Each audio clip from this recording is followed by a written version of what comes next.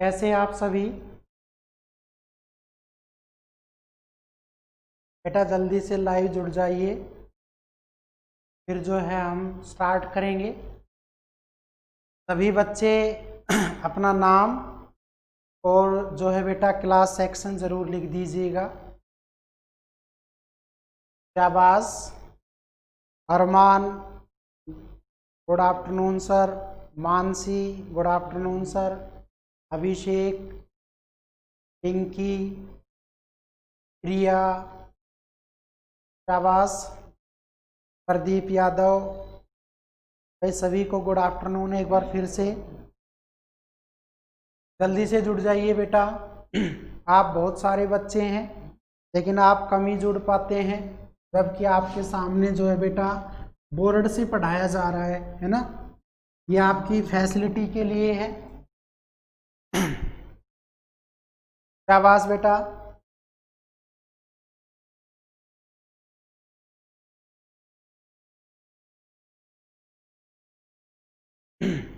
जुड़ गए? अरे बेटा स्टार्ट एकदम। पायल भी जुड़ चुकी है 10th बी से। प्रिया जुड़ चुकी है 10th ई से। अंजुमन भी 10th ई से जुड़ चुका है। अखिलेश 10th सी से। शाबाश, गुड आफ्टरनून। चलिए स्टार्ट करते हैं बेटा। आज का जो आपका टॉपिक है उसका नाम है हेरिडिटी एंड एवोल्यूशन। ध्यान से सुनिएगा बेटा, उसका मीनिंग है आज हेरिडिटी एंड एवोल्यूशन।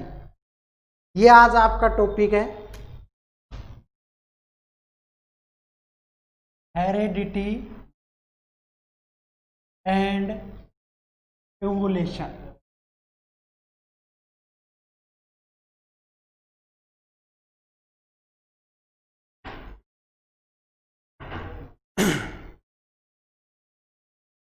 इस चैप्टर के अंदर आज का ये फर्स्ट वीडियो है और बेटा इसको एक एक ध्यान से समझना, बहुत ही इंटरेस्टिंग टॉपिक है। आज अगर आप इसको समझ पाए तो आपको ये पता लग जाएगा कि इतने जो वेरिएशन है जनरेशन में वो क्यों आए, क्या चीज़ थी ऐसी जिसने ये वेरिएशन क्रिएट करने में मतलब एक तरह से फंक्शन किया। एक एक बेटा आपको सारा पॉइंट क्लियर करवाया जाएगा। संजना भी जुड़ चुकी है 10th सी से। शाबाश। देखिएगा बेटा, बेटा मीनिंग समझ लीजिए पहले टर्म्स का, उसके बाद हम देखते हैं। पहला मीनिंग है बेटा हेरिडिटी। तो हेरिडिटी का क्या मीनिंग होता है? आप कहेंगे जो हमारे पेरेंट्स हैं और बेटा हम हैं, तो पेरेंट्स से जो जेनेटिक कैरेक्टर हम तक पहुंचे हैं उस प्रोसेस को हम क्या बोलते हैं? आप कहेंगे सर हेरिडिटी। ध्यान से सुनिएगा, जो बेटा आपके जेनेटिक कैरेक्टर हैं जो आपके अंदर हैं वो कहाँ से आए हैं? आपके पेरेंट्स से आए हैं। और पेरेंट्स में भी वो चीज़ कहाँ से आई है? उनके पेरेंट्स से आई है। तो इसका मतलब ये हुआ कि बेटा एक सीक्वेंस आपकी यहाँ पे चल रही है कि हर पेरेंट से उसके डॉटर के अंदर बेटा या उसके सन के अंदर कोई ना कोई जेनेटिक कैरेक्टर ट्रांसमिट हुआ है। और बेटा जो जेनेटिक ट्रांसमिट हुआ है उसी को हम क्या बोलते हैं? हेरिडिटी। ध्यान से सुनिएगा। Hemant Kumar, good afternoon sir. Daksh Rao है ये, बहुत ही बढ़िया, जुड़ जाइए। घनश्याम 10th डी से। महिपाल 10th बी से। तो समझिएगा, अगर मैं कहता हूं कि हेरिडिटी को डिफाइन करें तो आप बेटा क्या लिखेंगे? हेरिडिटी को आप यही लिखेंगे, the process of transmission of genetic character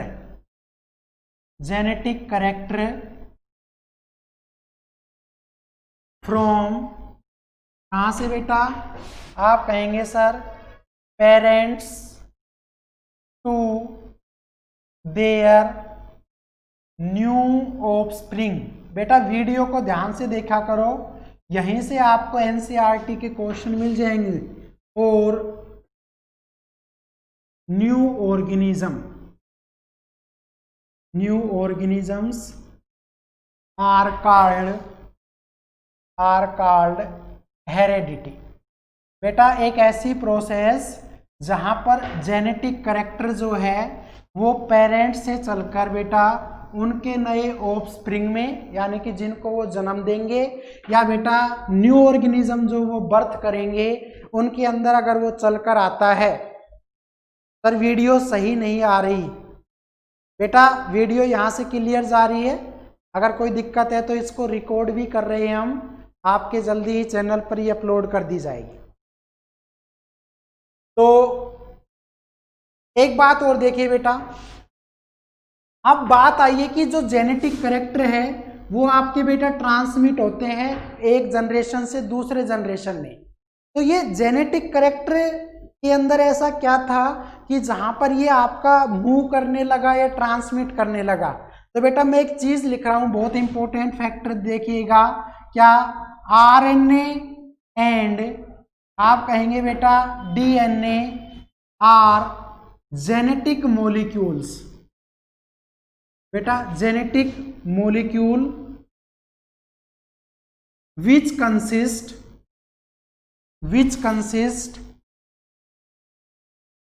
genetic information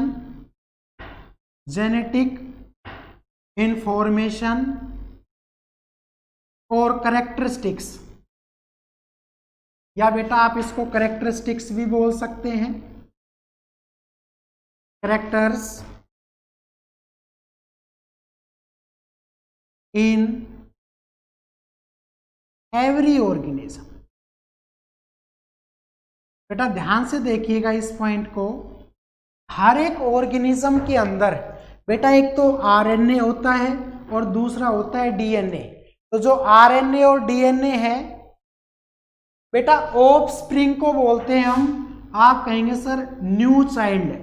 बेटा जो नया बच्चा है जो जन्म लेगा उसका मीनिंग होता है ऑफस्प्रिंग, जो नवजात है बेटा, जो नई चीज आई है।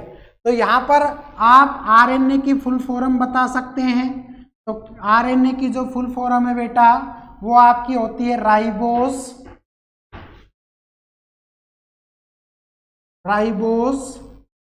Nucleic acid.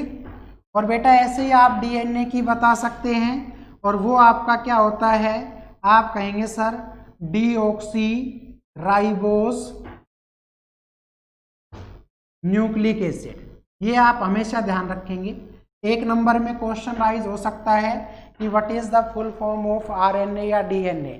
बेटा आपका बिल्कुल सही जवाब है, ठीक है, प्रिया है ये शायद जिसने सही जवाब दिया है, प्रिया ही है 10th से, वेरी गुड बेटा। अब एक बात देखिए, आरएनए और डीएनए बेटा एक तरह से मॉलिक्यूल है। अगर देखा जाए तो आरएनए और डीएनए एक ऐसे मॉलिक्यूल होते हैं बेटा जिनके अंदर जेनेटिक इंफॉर्मेशन प्रेजेंट होती है। हम यही कह सकते हैं कि आरएनए और डीएनए जो है वो हर एक ऑर्गेनिज्म के अंदर होता है, जो इन जेनेटिक कैरेक्टर को बेटा एक जनरेशन से दूसरी जनरेशन में ट्रांसफर करता है। लेकिन यहाँ पर अब एक बात समझने को है, क्या अगर मैं आपसे कहता हूँ बेटा कि आरएनए किस में प्रेजेंट होता है, तो आप कहेंगे सर आरएनए प्रेजेंट्स इन, आप कहेंगे बेटा वायरस। तो वायरस के अंदर जो जेनेटिक कैरेक्टर ट्रांसफर होते हैं बेटा वो आपके आरएनए के थ्रू होते हैं। लेकिन बेटा अगर मैं ये कहता हूँ क्या डीएनए इज प्रेजेंट, तो बेटा डीएनए इज प्रेजेंट इन, तो हम यहाँ पर बात करेंगे लाइक एनिमल्स की बेटा, ऐसे ही आप कह सकते हैं ह्यूमन बीइंग्स की बेटा, ह्यूमन बीइंग्स या बेटा या दूसरे ऑर्गेनिजम्स वगैरह हो गए। तो बेटा अगर हम ये कह दें कि जनरली ह्यूमन बीइंग्स के अंदर जो जेनेटिक कैरेक्टर है वो एक जनरेशन से दूसरे जनरेशन में पहुंचता है, तो कौन से मॉलिक्यूल के जरिए, तो आप क्या कहेंगे केवल डीएनए के जरिए। बेटा ध्यान से समझ लीजिए, आरएनए और डीएनए होते जरूर हैं लेकिन ह्यूमन बीइंग्स में, सर धीरे सर, आरएनए और डीएनए जो है वो आपका होता जरूर है बेटा, लेकिन जो इंफॉर्मेशन को या जेनेटिक कैरेक्टर को ह्यूमन बीइंग्स में ट्रांसफर करता है तो बेटा वो केवल क्या होगा, आप कहेंगे सर डीएनए ही होगा। लेकिन वायरस के अंदर बेटा आपका केवल इंफॉर्मेशन को कौन लेके आता है? आप कहेंगे सर आरएनए। यहीं पर क्वेश्चन आ गया 1 नंबर में कि बेटा ह्यूमन बींग्स में जेनेटिक कैरेक्टर या इंफॉर्मेशन को कौन ट्रांसमिट करता है, आरएनए, डीएनए या बोथ? तो बेटा आपका आंसर फिर सिर्फ क्या होगा? आप कहेंगे सर डीएनए ही होता है जो ह्यूमन बींग्स में जेनेटिक कैरेक्टर को लेके आया है। तो बेटा हम कभी भी किसी भी ह्यूमन बींग्स का जो नई जनरेशन है, अगर ये पता करना चाहें कि ये अपने पेरेंट्स से क्या क्या करेक्टरिस्टिक्स मैच होती है, तो बेटा कभी भी उसकी आरएनए करेक्टरिस्टिक्स नहीं देखेंगे, हमेशा उसकी क्या देखेंगे? डीएनए को ही हम मैच करते हैं। तो बेटा डीएनए फिंगर प्रिंटिंग जो होती है उससे उसके पेरेंट सेल का हमें पता लग जाता है। ये बात आप हमेशा ध्यान रखेंगे। तो आरएनए केवल वायरस में होता है बेटा, और वायरस में छोड़कर बाकी ऑर्गेनिज्म बच गए, रिमेनिंग जो भी है उन सभी में बेटा क्या होगा? आप कहेंगे सर डीएनए होगा। आई होप आप समझ गए होंगे बेटा। जल्दी से इसका स्क्रीनशॉट ले लीजिए। शाबाश शाबाश बेटा, जल्दी कीजिए। ऋतु भी आ गई है 10th डी से। बेटा इसका एक बार स्क्रीनशॉट ले लीजिए।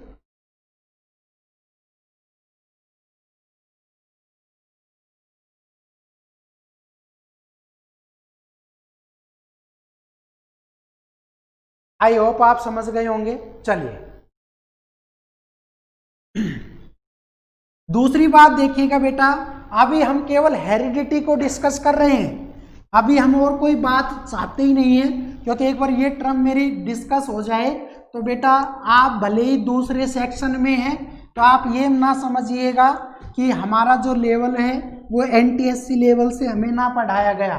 दिमाग में कभी ऐसी बात नहीं लाइएगा। अगर आप मुझसे पढ़ रहे हैं तो आप इस बात को क्लियर समझ के चलें कि आपकी बेटा बहुत हेल्प मिलेगी। आप भले ही B C D E section में हो, लेकिन आपको बेटा पूरी कोशिश है कि आप में से भी जो है एनटीएससी के सिलेक्शन हो, हम चाहते हैं बेटा, ठीक है ना। चलिए दूसरी बात देखिए बेटा, हेरिडिटी जो है बेटा, अभी हमने बताया कि उसके अंदर आपका जो जेनेटिक कैरेक्टर होता है वो हमेशा डीएनए के थ्रू ही एक पेरेंट से उसके डॉटर सेल में आता है।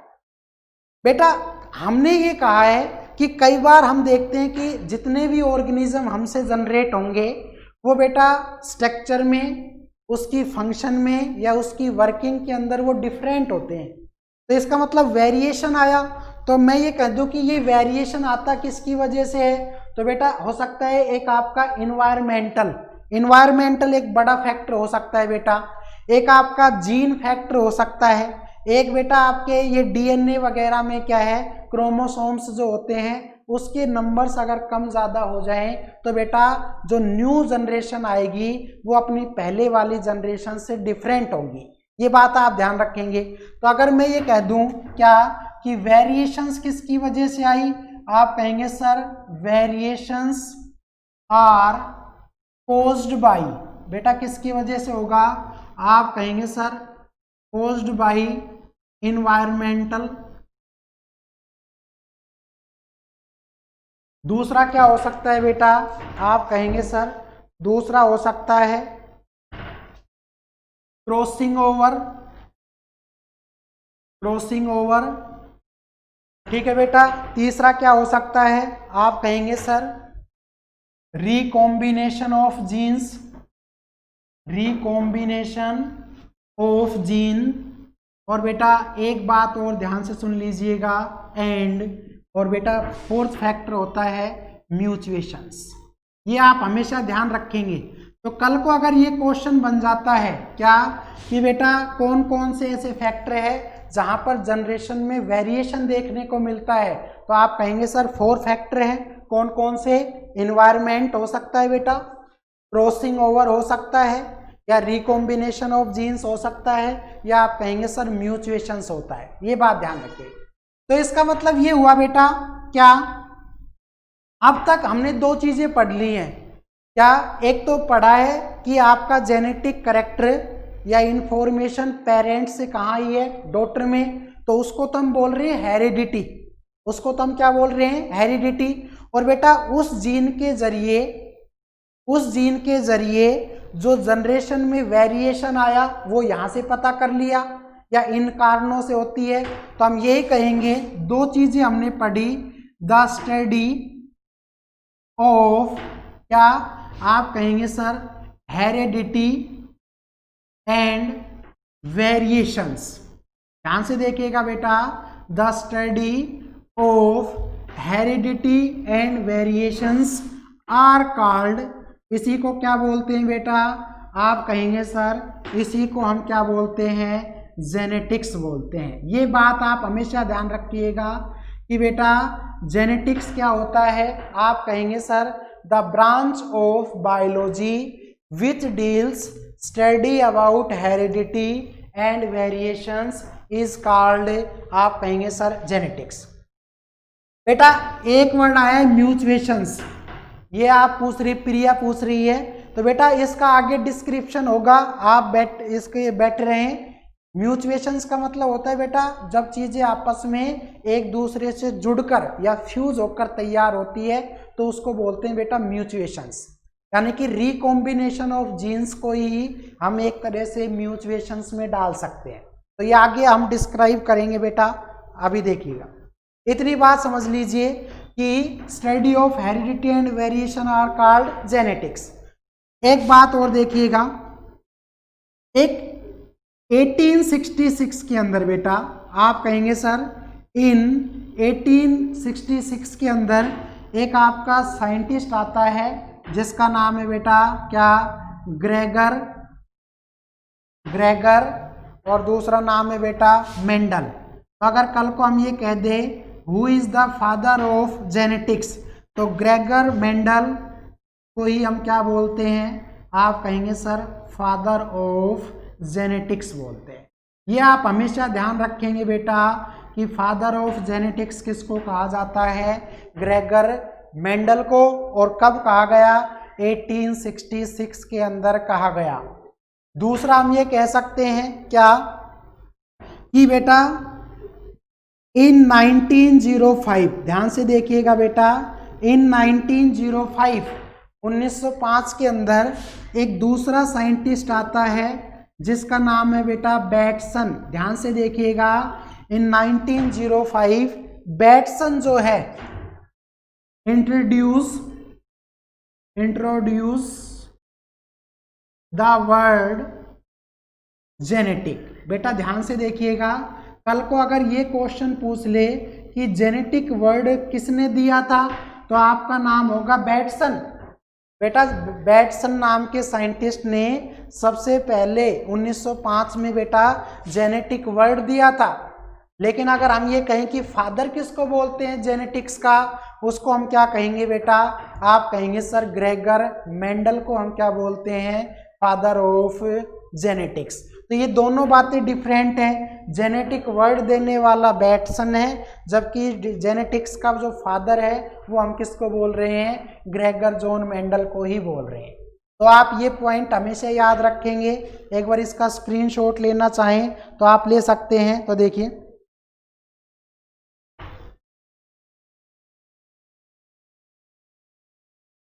शाबाश, जल्दी से लीजिए बेटा इसका स्क्रीनशॉट।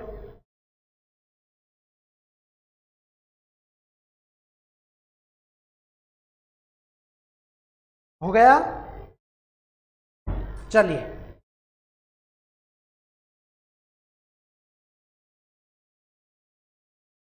चलिए बेटा आगे की ओर बढ़ते हैं।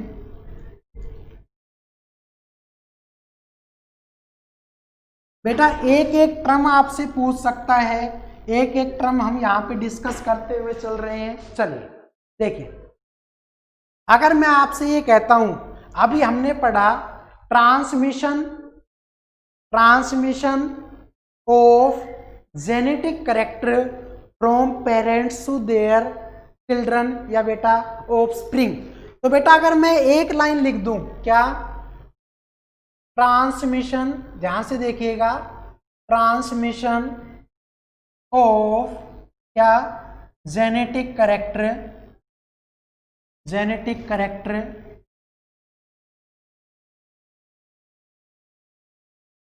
फ्रॉम कहाँ से बेटा, आप कहेंगे sir parents to there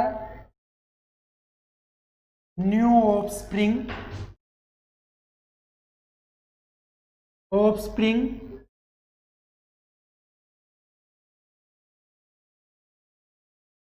is a process. बेटा एक प्रोसेस ही तो है, और इस प्रोसेस को क्या बोलते हैं, कॉल्ड या नेम्ड एज, उसी को नाम दिया गया है, तो आप कहेंगे सर इनहेरिटेंस। बेटा ये बात आप हमेशा ध्यान रखेंगे, इनहेरिटेंस।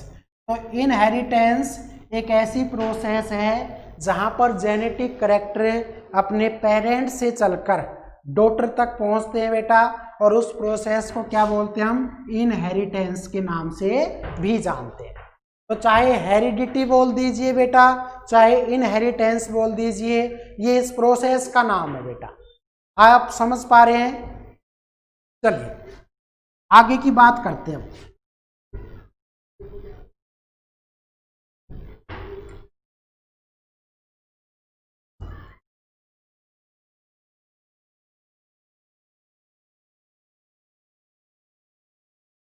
बेटा अभी हमने पढ़ा कि हम जो है मेंडल को किस नाम से जानते हैं, फादर ऑफ जेनेटिक्स।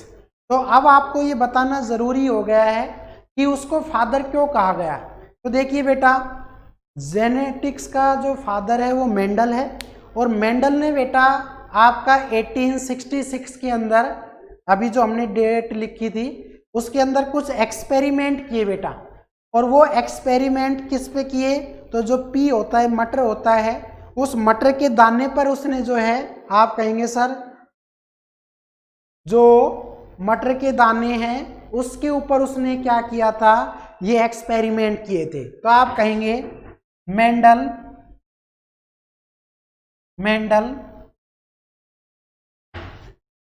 गिव्स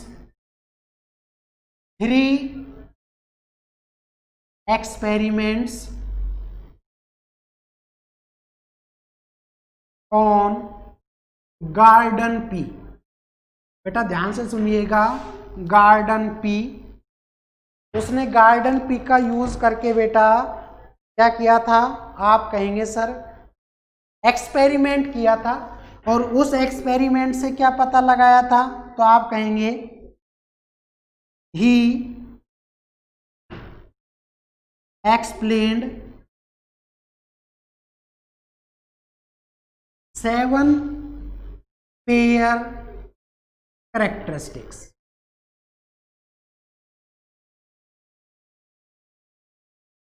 बेटा ध्यान से देखिएगा, मेंडल ने 3 एक्सपेरिमेंट किए, और किस पर किए बेटा, पी पर, और उससे उसने 7 पेयर कैरेक्टरिस्टिक्स जो है वो फाइंड आउट की। वेरी गुड पिंकी, बिल्कुल सही जवाब। क्या थे बेटा, पहले एक्सपेरिमेंट का नाम था लॉ ऑफ डोमिनेंस, या इसको बेटा डोमिनेंट बोल सकते हैं। पहले एक्सपेरिमेंट का नाम था बेटा लॉ ऑफ डोमिनेंट। दूसरे का नाम था बेटा law of recessive, law of recessive. और बेटा थर्ड जो था उसका नाम था law of independent assortment, independent assortment. अभी इनका नाम भी बताएंगे बेटा, और इसका मीनिंग भी बताएंगे। बेटा ये 3 लॉ जो है वो मेंडल ने 1866 के अंदर किए थे। कल को अगर यही क्वेश्चन आ जाए, which law is known as law of dominant, first law is known as dominant law, second law is known as recessive law, and third law is known as law of independent assortment, या बेटा इसी को क्या बोल सकते हैं हम, आप कहेंगे सर लॉ ऑफ जेनेटिक। ये आप हमेशा ध्यान रखेंगे बेटा, लॉ ऑफ जेनेटिक। तो कल को अगर ये क्वेश्चन आ जाए कि तीनों लॉ में से जेनेटिक लॉ किसको कहा जाता है, फर्स्ट को, सेकंड को या थर्ड को, तो आप कहेंगे थर्ड लॉ जिसका नाम है लॉ ऑफ इंडिपेंडेंट असॉर्टमेंट, और बेटा इसी को हम क्या बोल सकते हैं, लॉ ऑफ जेनेटिक्स के नाम से भी जान सकते हैं। तो एक बार और इसका स्क्रीनशॉट ले लीजिए बेटा, जल्दी से कीजिए।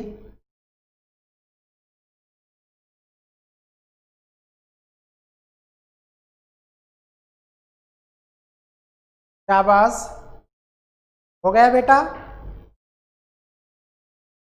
आगे चलिएगा बेटा, एक एक चीज अपनी क्लियर करते हुए चले आप, बिल्कुल सीरियल वाइज से एक सीरीज से आपको बता रहे हैं, कुछ सोचने समझने की जरूरत नहीं पड़ेगी। Chickpea, what is the chickpea, बेटा इसी को ही बोलते हैं, ये इसका साइंटिफिक नेम है। चिकपी का मतलब होता है बेटा, मटर को ही हम साइंटिफिक नेम से बोल सकते हैं, तो आप इसको गार्डन पी ही याद रखिए, चिकपी भी आप याद कर सकते हैं, सेम बात। चलिए देखिएगा बेटा, अब मेरी बात 2-3 ध्यान से सुन लीजिए।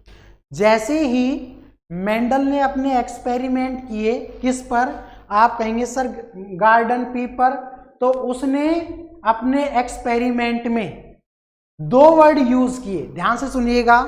ही used 2 word in his experiment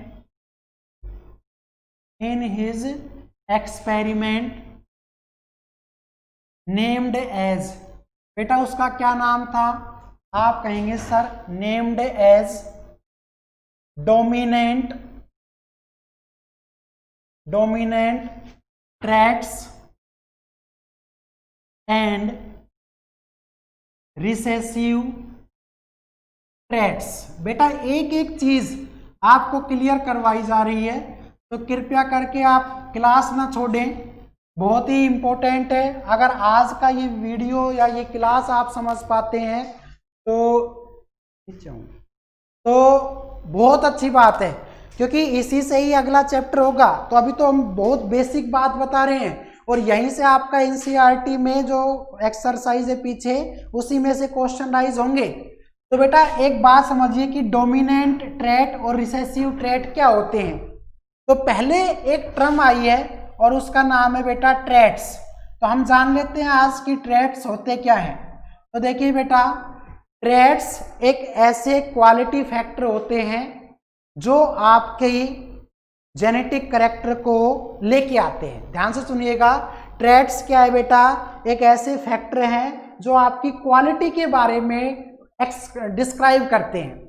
मैं मान लेता हूं क्या, आपके पेरेंट्स जो है वो बेटा काइंडनेस पर्सन है, बहुत दयालु है, तो पता चले कि आपके अंदर भी बेटा काइंडनेस है, आपके अंदर भी बेटा काइंडनेस है, तो इसका मतलब ये हुआ कि वो आपके पापा की क्या है, क्वालिटी है, जो बेटा डीएनए के थ्रू आप में आई है।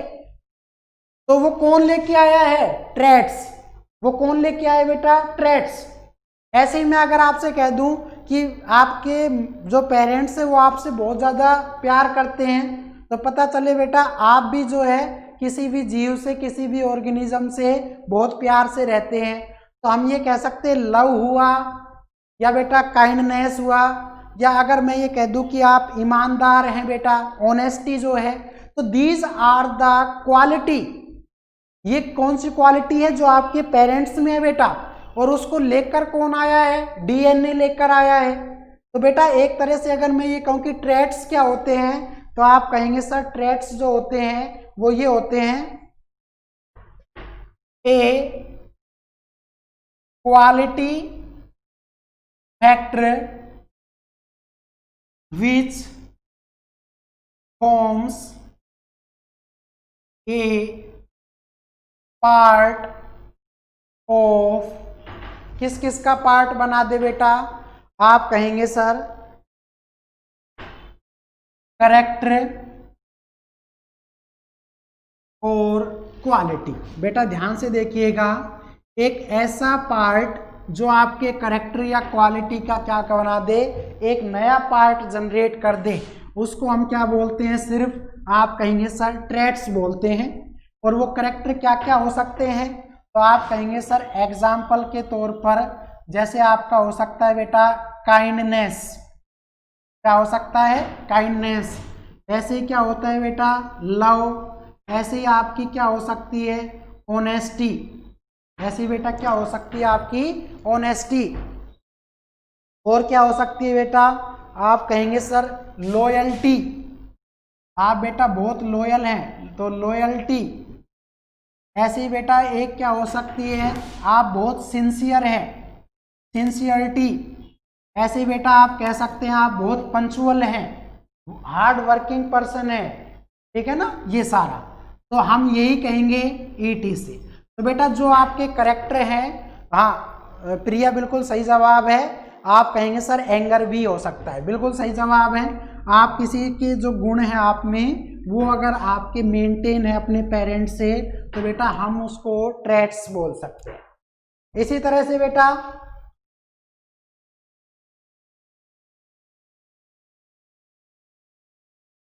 ये आप समझ लीजिए, ये ट्रेट्स वर्ड बेटा डोमिनेंट के साथ भी यूज है और ये आपका रिसेसिव के साथ भी यूज है। अब बेटा बात कर लेते हैं हम कि ट्रेट्स के दो टाइप हैं, पहला है बेटा डोमिनेंट ट्रेट्स।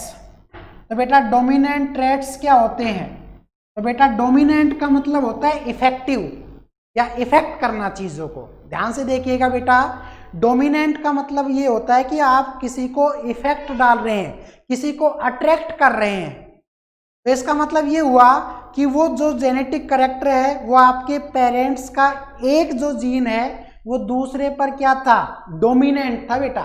बेटा ध्यान से समझ लीजिए, मेल और फीमेल जब तक सेपरेट हैं तब तक वो हैप्लॉइड की फॉर्म में है, और बेटा जब उनकी मैरिज हो जाती है और वो रिप्रोडक्शन करते हैं तो मेल का जो ट्रेट्स होता है बेटा या जीन होता है वो फीमेल के ट्रेट को क्या करता है इफेक्ट डालता है, तो उसके लिए आता है बेटा वर्ड डोमिनेंट, ठीक है। तो अब मैं अगर आपसे ये कहूं कि डोमिनेंट होते क्या हैं तो आप कहेंगे sir these express themselves in new organisms। बेटा ध्यान से देखिएगा, in new organisms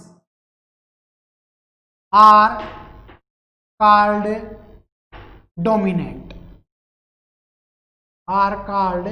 dominant traits। तो बेटा डोमिनेंट्स का मतलब अभी मैंने बताया इफेक्टिव। अगर मैं ये कहता हूं कि डोमिनेंट का मीन्स क्या होता है, आप कहेंगे सर डोमिनेंट का जो मीन्स है बेटा, जो अर्थ है इसका, वो आपका होता है इफेक्टिव, मतलब आप चीज़ों को कितना इफेक्ट कर पा रहे हैं या कितना आपका जेनेटिक कैरेक्टर न्यू जनरेशन में फाइंड आउट किया जा रहा है, उसका मतलब है।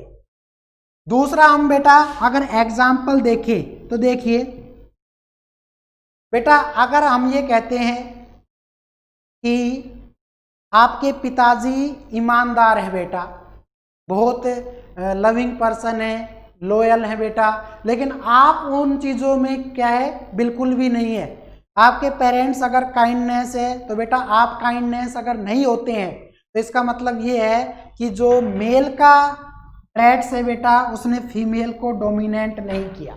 ये बात आप हमेशा ध्यान रखेंगे कि बेटा अगर वो इफेक्ट करता है उसको तो वही चीज़ जो पापा की है वो बेटा उसकी हर एक ऑफस्प्रिंग में या जनरेशन में मिलेगी, अगर डोमिनेंट है या इफेक्टिव है। अगर पापा का जो जीन है बेटा वो मम्मी के जीन पर इफेक्टिव हो जाए या डोमिनेंट हो जाए तो पापा के जितने भी कैरेक्टरिस्टिक्स होंगे बेटा वो उस जनरेशन में खुद ही क्या होंगे एक्सप्रेस होंगे बेटा। पता चले कि आप पापा की तरह गुस्सा करते हैं तो इसका मतलब ये हुआ कि पापा के जीन ने मम्मी के जीन को इफेक्ट किया है बेटा। अगर नहीं करते हैं तो हो सकता है आप खुश मिजाज के हो जबकि पापा जो है बेटा सैड हो सकते हैं। तो ये बात आप ध्यान रखेंगे कि डोमिनेंट का मीनिंग क्या है। अगर एग्जाम्पल है बेटा क्या, अगर मैं ये कहता हूं कि डार्क हेयर, बेटा ध्यान से देखिएगा, डार्क हेयर इज डोमिनेंट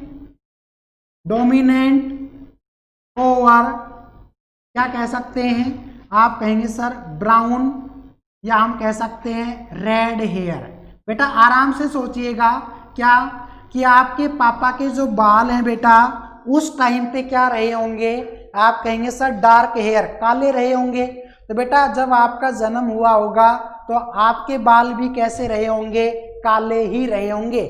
तो बेटा अगर पापा के बाल काले हैं और आपके बाल भी काले हैं तो इसका मतलब ये हुआ कि वो अपने आप में क्या है, डोमिनेंट है। मतलब एक ऐसा जीन है जिसने मम्मी के जीन को इफेक्ट किया है, जिसने मम्मी के जीन को बेटा क्या किया है, इफेक्ट किया है। एक इसका स्क्रीनशॉट ले लीजिए बेटा, जल्दी कीजिएगा।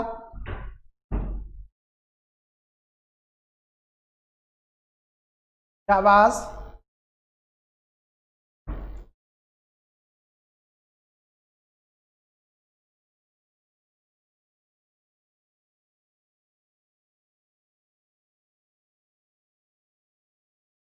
हो गया बेटा?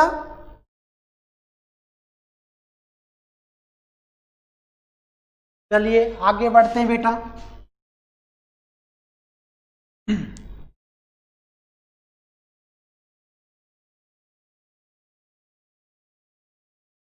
ऐसे ही अगर आपसे कहा जाए क्या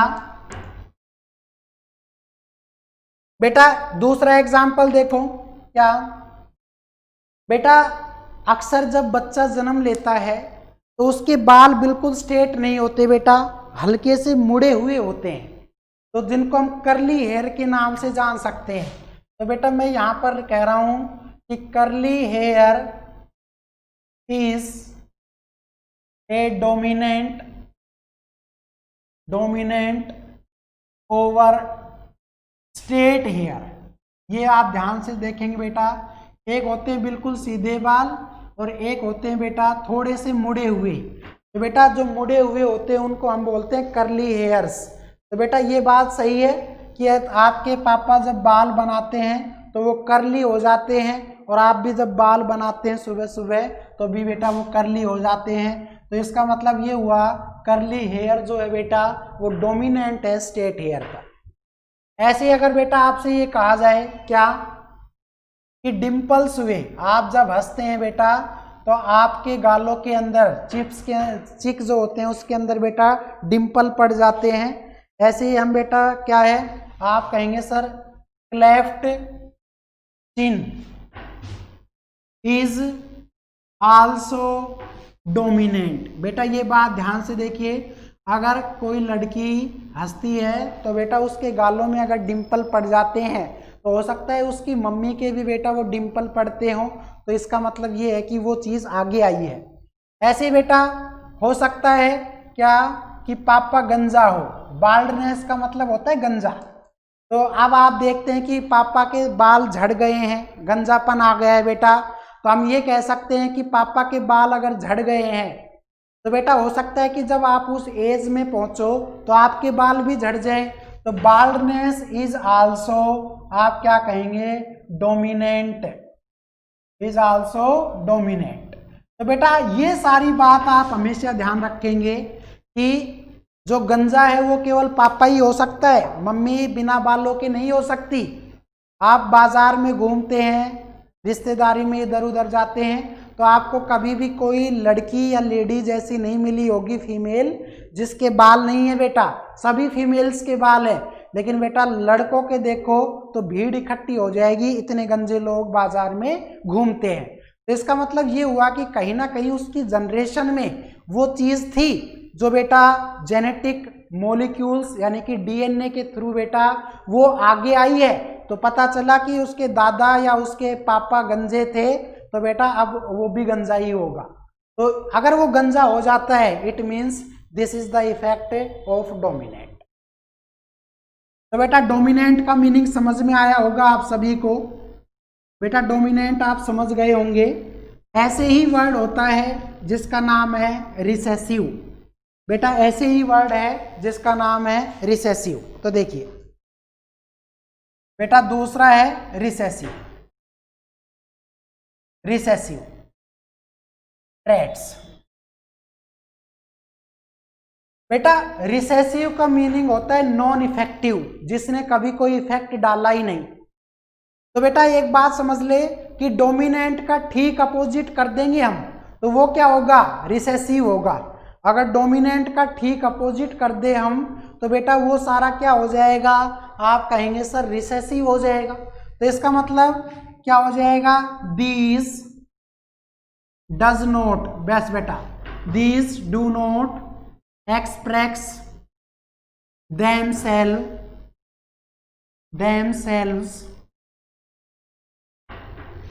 in new organisms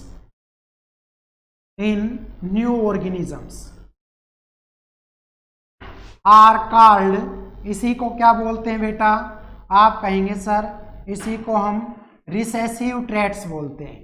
तो बेटा एक नंबर की डेफिनेशन आपकी चाहे तो डोमिनेंट की पूछ सकता है चाहे रिसेसिव की पूछ सकता है। एग्जाम्पल तो बेटा जो पीछे लिखे हुए हैं ना वर्ड, ये क्या, स्टेट हेयर, ऐसे ही हमने लिखा था बेटा क्या, आप कहेंगे सर बालों का होना, तो बाल तो जैसे मैं कहूं क्या, हमने लिखा था ब्राउन हेयर या आप बेटा रेड हेयर। तो ये बेटा किसी किसी में ही मिलते हैं, किसी किसी में ही मिलते हैं, सभी में नहीं मिलते। ऐसे मैं ये कह दूं क्या कि बेटा आपका स्टेट हेयर,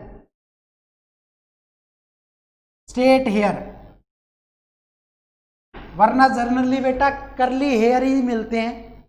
ऐसे अगर आपसे कह दिया जाए क्या कि बेटा ये सब ना होना, क्या सब ना होना, क्लाफ्ट चिन, या बेटा मैं ये कह दूं क्लाफ्ट की जगह क्या है, आप कहेंगे सर थिन चिन, जब वो हंसे तो उसकी ठोड़ी बिल्कुल पतले आकार की हो जाए।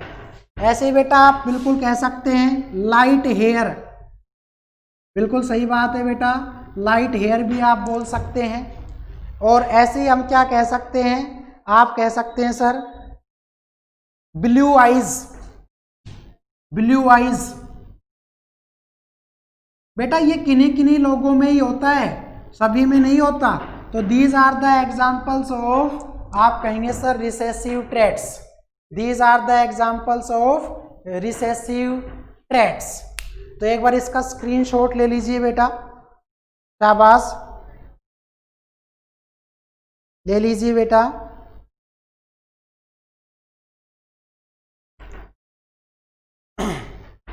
शाबाश, जल्दी कीजिएगा।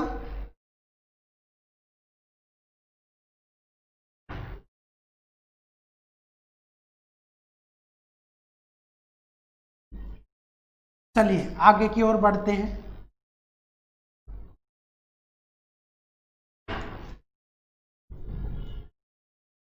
अब बेटा आप अपने नेबर में, पड़ोस में किसी को अगर ऐसे देखते हैं तो समझ जाइएगा कौन डोमिनेंट है कौन रिसेसिव है।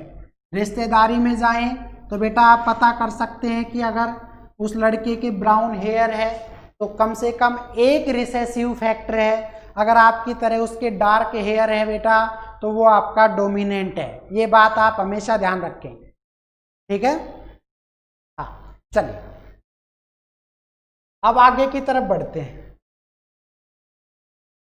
बेटा अभी हम जो बात कर रहे हैं सिर्फ हेरिडिटी की बात कर रहे हैं, अभी हमने एवोल्यूशन तो आपका हट ही चुका है, एवोल्यूशन जो टॉपिक है बेटा वो आपका हट चुका है, केवल हेरिडिटी की बात कर रहे हैं हम।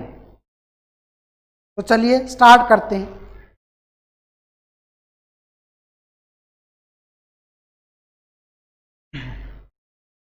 देखो बेटा जब उसने एक्सपेरिमेंट किया तो दो टर्म यूज की, first one is dominant, second is recessive. तो बेटा जो डोमिनेंट है उसके लिए उसने एक सिंबल लिया टी, कैपिटल टी। तो हम यहां पर लिख रहे हैं क्या, dominant denotes by capital T, ठीक है बेटा। और आप कहेंगे sir while recessive denotes by small T, ये आप हमेशा ध्यान रखेंगे बेटा। उसने जो डोमिनेंट था उसको कैपिटल टी से डिनोट किया बेटा, जबकि जो रिसेसिव था उसको हमेशा स्मॉल टी से डिनोट किया। अब ये कहता है क्या कि बेटा हो सकता है कि दोनों एलील्स या दोनों जीन बेटा डोमिनेंट भी हो सकते हैं या दोनों आपके रिसेसिव भी हो सकते हैं, या हो सकता है एक डोमिनेंट हो जाए दूसरा रिसेसिव हो जाए, या पहले वाला रिसेसिव हो जाए दूसरे वाला डोमिनेंट। मतलब 4 पॉसिबिलिटी है बेटा, क्या कि आपका जो जीन बने वो बेटा दोनों ही डोमिनेंट हो सकते हैं, मेल और फीमेल का। ऐसे ही बेटा दोनों ही रिसेसिव हो सकते हैं, मेल और फीमेल का। हो सकता है मेल का डोमिनेंट हो जाए फीमेल का रिसेसिव, हो सकता है बेटा मेल का रिसेसिव हो जाए और फीमेल का डोमिनेंट, है ना, अलग अलग। तो देखिएगा, समझिएगा बेटा। यहां पर एक वर्ड आया है, क्या आप कहेंगे a germinal cell may be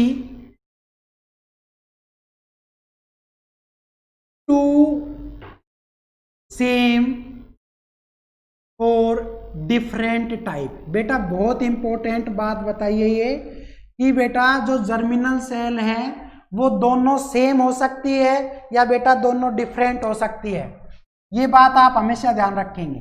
जैसे मैं अगर आपसे कहूं कि अगर वो दोनों सेम होंगी तो बेटा सेम होगी तो या तो वो क्या हो सकती है, टी हो सकती है।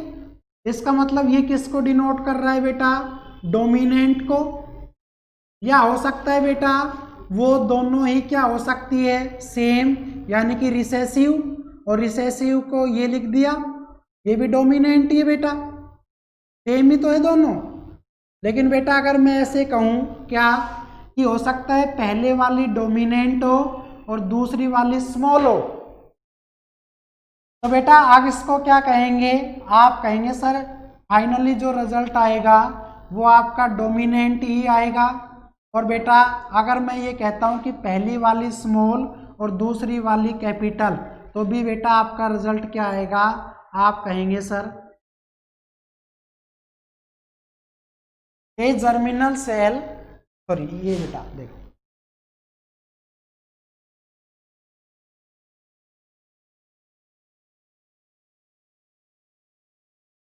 टी हो सकता है बेटा। इसको एक बार हटा देते हैं, अभी मतलब समझा देंगे, देखिएगा।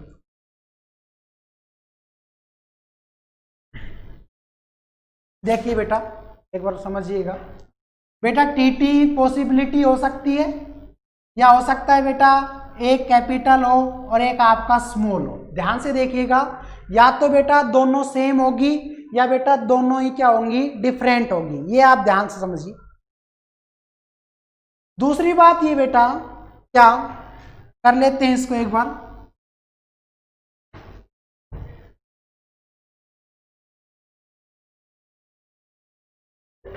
अगर मैं कहूं टू सेम है बेटा, टू सेम जर्मिनल सेल, ध्यान से देखिएगा, और बेटा ये जो जर्मिनल सेल बनेगी तो या तो ये इस तरह से हो सकती है दोनों सेम, या बेटा आपका ये इस तरह से भी हो सकती है स्मॉल, सॉरी दोनों ही क्या हो सकती है, आप कहेंगे सर स्मॉल हो सकती है। सेम की बात कर रहे हैं ना, तो दोनों ही आपकी क्या होगी, स्मॉल। ऐसे बेटा आप कहेंगे sir two different germinal cell क्या हो सकती है, आप कहेंगे सर हो सकता है पहला टी और एक बेटा आपका ये पहले वाला स्मॉल टी और दूसरे वाला बेटा कैपिटल, इस तरह से हो सकती है। तो बेटा अगर आपका टू डिफरेंट जर्मिनल सेल बनती है तो बेटा इसको क्या बोलेंगे, हेट्रो। ध्यान से देखिएगा,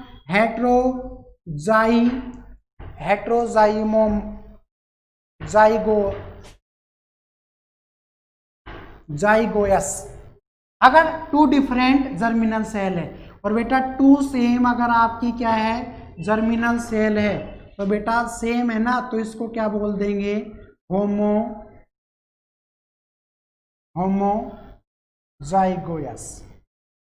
ये आप हमेशा ध्यान रखेंगे बेटा। होमोजाइगोयस और हेट्रोजाइगोयस क्या क्या होती है? तो होमोजाइगोयस तो क्या होगी बेटा, जब आपके two same different germinal cell हो सकता है दोनों रिसेसिव हो बेटा, या हो सकता है दोनों क्या हो आपकी डोमिनेंट हो। लेकिन बेटा टू डिफरेंट हो तो एक पहले वाली दूसरे पर डोमिनेंट होगी, या बेटा पहले वाली दूसरे वाले पर रिसेसिव होगा। ये आप हमेशा पॉइंट ध्यान रखेंगे बेटा। ये हमेशा क्या रखेंगे बेटा, पॉइंट आप हमेशा ध्यान से रखेंगे। तो बेटा एक बार इसका स्क्रीनशॉट लेना चाहें आप ले लीजिए, फिर हम इससे आगे की ओर बढ़ते हैं।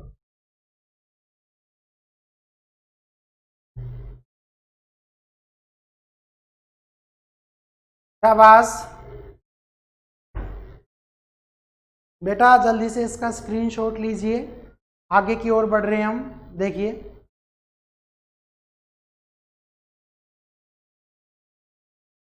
हो गया।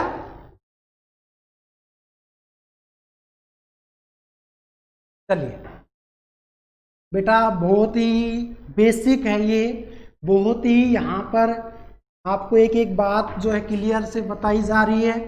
टॉपिक बहुत इंटरेस्टिंग है, ये बात आप ह्यूमन बीइंग से जोड़िएगा तो बेटा बहुत ही मज़ा आपको इसमें पढ़ने में आएगा। ये बात आप हमेशा ध्यान से। दूसरा आप क्या कह सकते हैं, देखिए अगर मैं आपसे ये कहता हूं क्या कि बेटा अभी मैंने बताया कि टू डिफरेंट जर्मिनल सेल हो सकती है, या आपके सेम जो है वो भी जर्मिनल सेल हो सकती है। तो बेटा एक टर्म मैं यहाँ पर लिख रहा हूँ, ध्यान से देखिएगा, और उस टर्म का मीनिंग है बेटा alleles.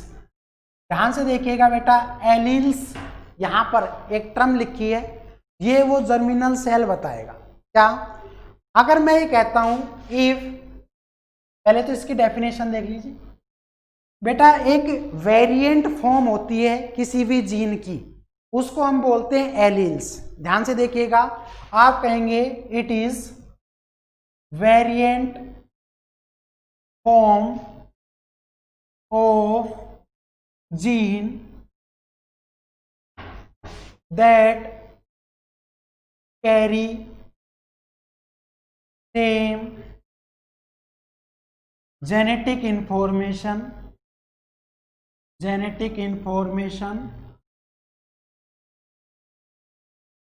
on same place on chromosomes।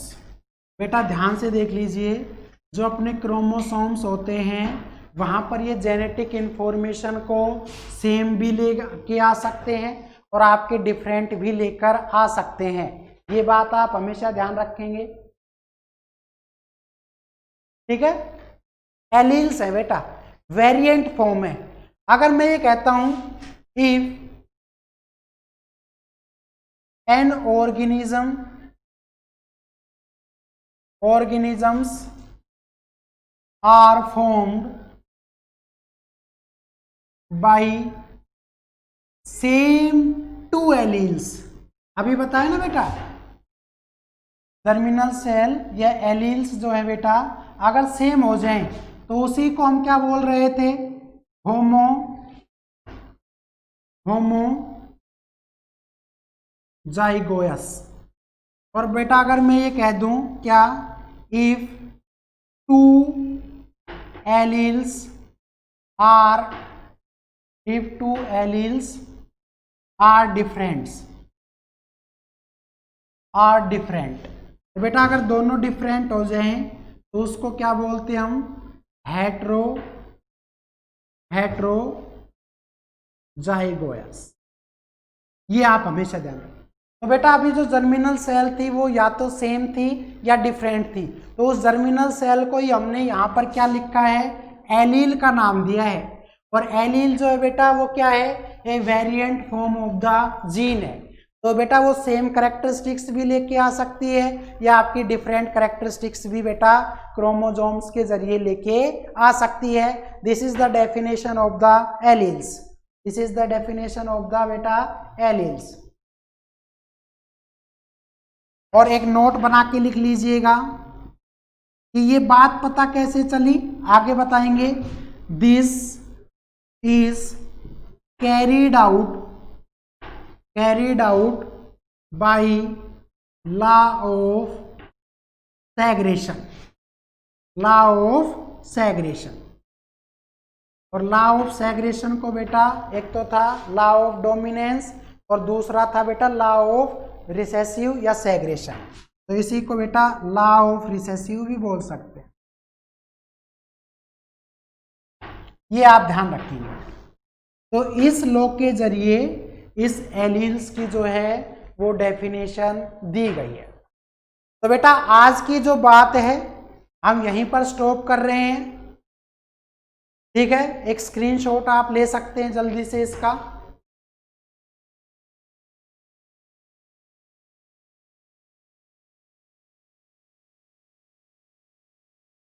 जल्दी कीजिए बेटा।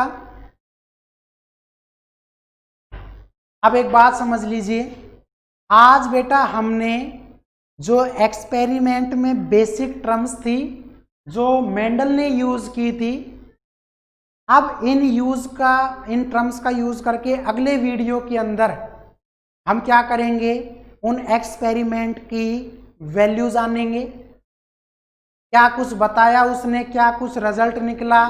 कल जो है बेटा इन्हीं बेसिक टर्म्स का मैं यूज करूंगा, तो आपको ये टर्म्स पता होनी चाहिए। ठीक है ना। तो मिलते हैं नेक्स्ट वीडियो में बेटा। आज के लिए इतना ही, आप इसको पढ़ें और बेटा मिलते हैं नेक्स्ट वीडियो में। तब तक के लिए thank you and bye bye. Bye बेटा सभी को।